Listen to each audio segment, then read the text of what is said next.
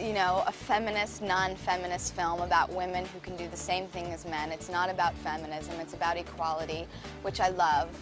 You know, I'm not a feminist. I don't believe that women are better than men. I don't believe that men are better than women. I believe that we can all do our part in the world.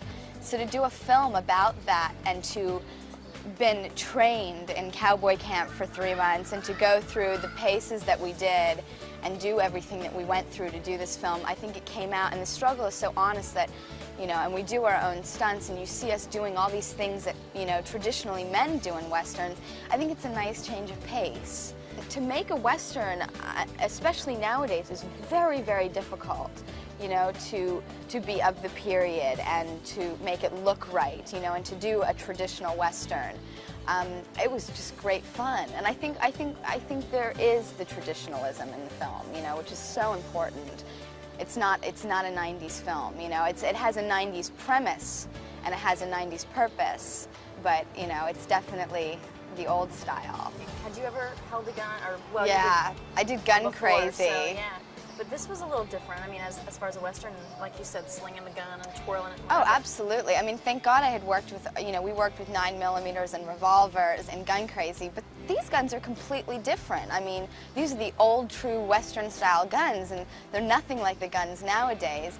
And, you know, you have to, like, flip them and do these, like, really cool things, and, you know, you'll drop them in the middle of the shot and look like a complete loser, and, you know, everything's riding on you, even though there's 10 people in the shot. You know, everything is a system and everybody has to work together. And so if you screw up, it's bad. So there's a lot of pressure there, but once you get into it, it's like you're almost like at one with it and you can do it, and it's really fast and fun and free. I don't know, it is. It's freeing. I mean, I see life as sort of, you know, a movie, you know, sort of one long stretch, you know, and I believe what we live for in life is the moments that we cherish, you know, no matter how long or short they are.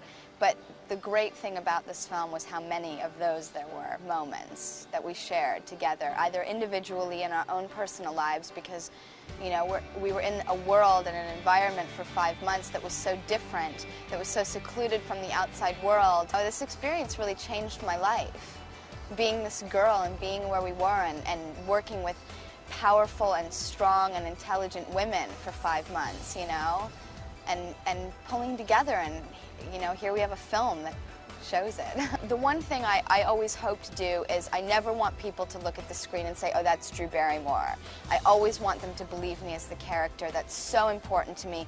And besides, that's the whole fun about what I get to do, is be a different person and change the look and you know, the hair and the makeup and the wardrobe, and everything is so key and such the element of who you are in the film.